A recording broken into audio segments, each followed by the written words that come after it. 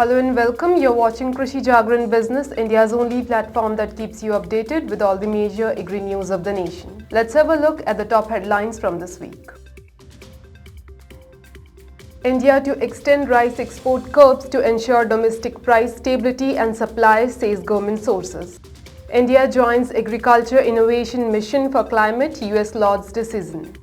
UP budget gives priority to farmers' welfare, allocates Rs 63 crore for financial year 2023 to 24.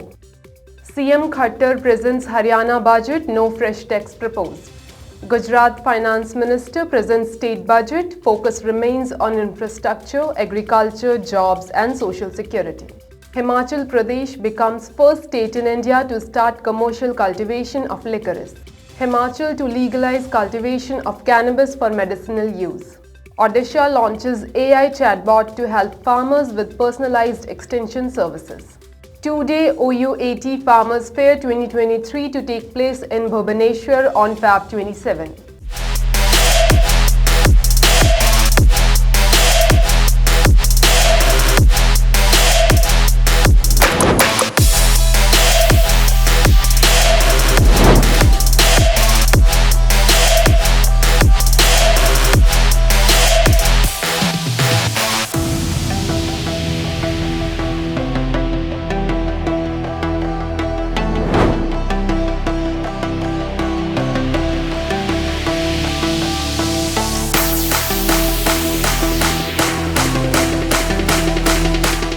Now the news in detail.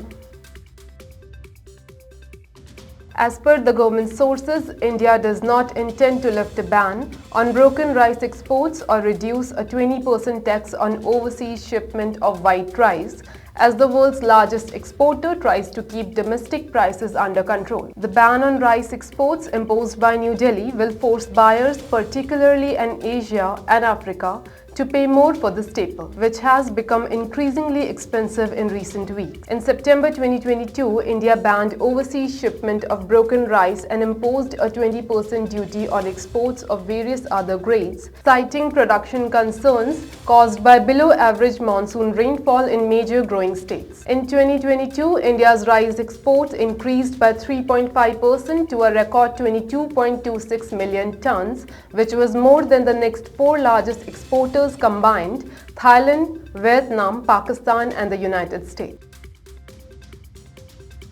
According to a press release from the US Department of State, the US welcomed India's declaration that it would join the Agriculture Innovation Mission for Climate. US Secretary Economic Relations Damu Ravi signed a letter declaring the Indian government's intention to join the Agriculture Innovation Mission for Climate under the Secretary of State for Economic Growth, Energy and Environment Jose Fernandez, who was in Abu Dhabi for I2U2 Business Forum. The India-Israel-UAE-US Sherpas meeting was conducted in Abu Dhabi earlier on Wednesday, wherein Sherpas reviewed the status of all current and future I2U2 initiatives during the meeting and reaffirmed their dedication to the partnership. Each nation also routinely engages in interactions at the Sherpa levels to discuss potential areas of cooperation. The group aims to promote collaboration in the 6 fields of water, energy, transportation, space, health and food security that have been mutually identified. The Yogi Adityanath government in Uttar Pradesh has allocated Rs 62,658 crore in its annual budget for farmers' welfare in the fiscal year 2023 to 24, nearly 9% of total allocations under various headings such as supporting their livelihood, increasing their savings, enhancing agriculture skills, protecting crops from stray cattle and developing infrastructure in rural areas. Agriculture-related schemes allocations are one of the budget's main highlights ahead of the Lok Sabha elections next year. Finance Minister Suresh Khanna announced Rs 1,500 crore provision to provide a 100% reduction on private tube bill energy bills in 2022, fulfilling a promise made by the BJP in its manifesto called Lok Kalyan Sankalp Path. Haryana Chief Minister Manohar Lal Khattar on Thursday said no fresh tax will be imposed as he presented the state budget for financial year 2023-24. Khattar, who also holds the finance portfolio, proposed rupees 1,83,950 crore state budget, an increase of 11.6% over the revised estimates of rupees 1,64,808 crore. Khattar said that it is the fourth budget of second term of BJP-JJP government and that the feedback of MLAs and different sections of the society was taken and incorporated in the budget. CM proposed an allocation of rupees 5,408 crores for roads, highways and railways sector during the budget speech, while also targeting 20,000 acres of land for natural farming. The government will also create a VC fund for financial support to startup entrepreneurs who are women or come from families with an annual income of up to rupees 1,80,000. State Finance Minister Kanubhai Desai presented his third successive budget in Gujarat Assembly on Feb 24. It is the first budget since Assembly elections in which the BJP retained power with a thumping majority and Chief Minister Bhupendra Patel was elected for a second term. The budget included allocation of rupees 200 crore to Ahmedabad-Mumbai bullet train, rupees 1,500 crore to develop 5 highways in Gujarat as high-speed corridors, a provision of rupees 150 crore for Sabarmati riverfront near GIFT city in Gandhinagar, and rupees 5,950 crore for Narmada project. The state budget, with a total outlay of more than rupees 3 lakh crores, has not announced any new tax on the citizens, while also cutting value-added tax on piped and compressed natural gas to 5% from 15%. The state of Himachal Pradesh has begun commercial cultivation of licorice, also called mulethi, for the first time, with the distribution of planting material among farmers. The Council of Scientific and Industrial Research (CSIR) Institute of Himalayan Bioresource Technology assisted farmers in this regard. Dr. Sanjay Kumar, director of Institute, announced on Monday that for the first time in the state, planting material of mulethi was distributed to farmers for commercial cultivation. Mulethi is in high demand in India, not only as a spice but also due to its use in Ayurvedic aushadhis owing to its medicinal properties. It is currently largely imported from other countries, but HP will be the first state in the country to have organized cultivation of mulethi. In addition to licorice seeds, planting material for various crops were also distributed to farmers from across the state.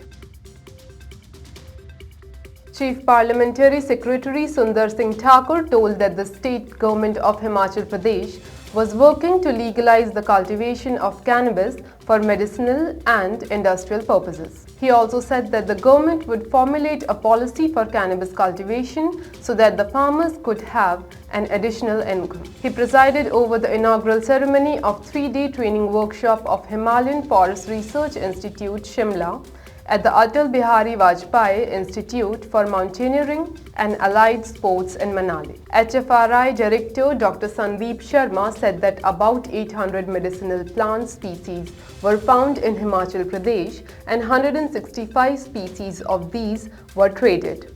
He added that 60 species of medicinal plants were endangered due to over-exploitation. He emphasized on scientific cultivation and sustainable harvesting of medicinal plants. Odisha government launches Krishi AI, an AI-powered chatbot to provide personalized extension services to the farmers in the state. The chatbot is dedicated to the agro sector and aims to provide farmers with the best agronomic practices, government schemes and loans from more than 40 commercial and cooperative banks. The Odisha government launched this initiative as a part of its efforts to improve the extension delivery for millions of farmers in the state. The Krishi AI is an artificial intelligence-driven chatbot that has been built using the recently launched ChatGPT system and the Bhashini, a language interpretation platform developed by IIT Madras. It has been trained to effectively resolve farmers' queries on a wide scale and provides personalized responses to farmers based on their recorded data in the Krishak Odisha State Farmers Database. The much anticipated OUAT Farmers Fair 2023, organized by India's second oldest agriculture institute, Odisha University of Agriculture and Technology, is set to begin in Bhubaneshwar on February 27. The two-day international event will conclude on February 28. The fair will primarily focus on seeds, seedlings and QPM, tissue culture plantlets, mushroom spawn, fingerlings and yearlings, poultry, biofertilizers, biopesticides and vermicompost. Apart from the inaugural session, Day 1 of the event will witness 2 phases of technical sessions for the participant farmers and other associated with agri-sector. Day 2 of the fair will include technical session 3, farmer-scientist interaction, industry-farmer interface and a plenary session. Farmers, farm women, agri-entrepreneurs, FPOs, agriculture and allied departments, ICAR institutes as well as public and private seed agencies are expected to participate in the fair in large number. Well, that was all for today's news. This is Ayushi signing off.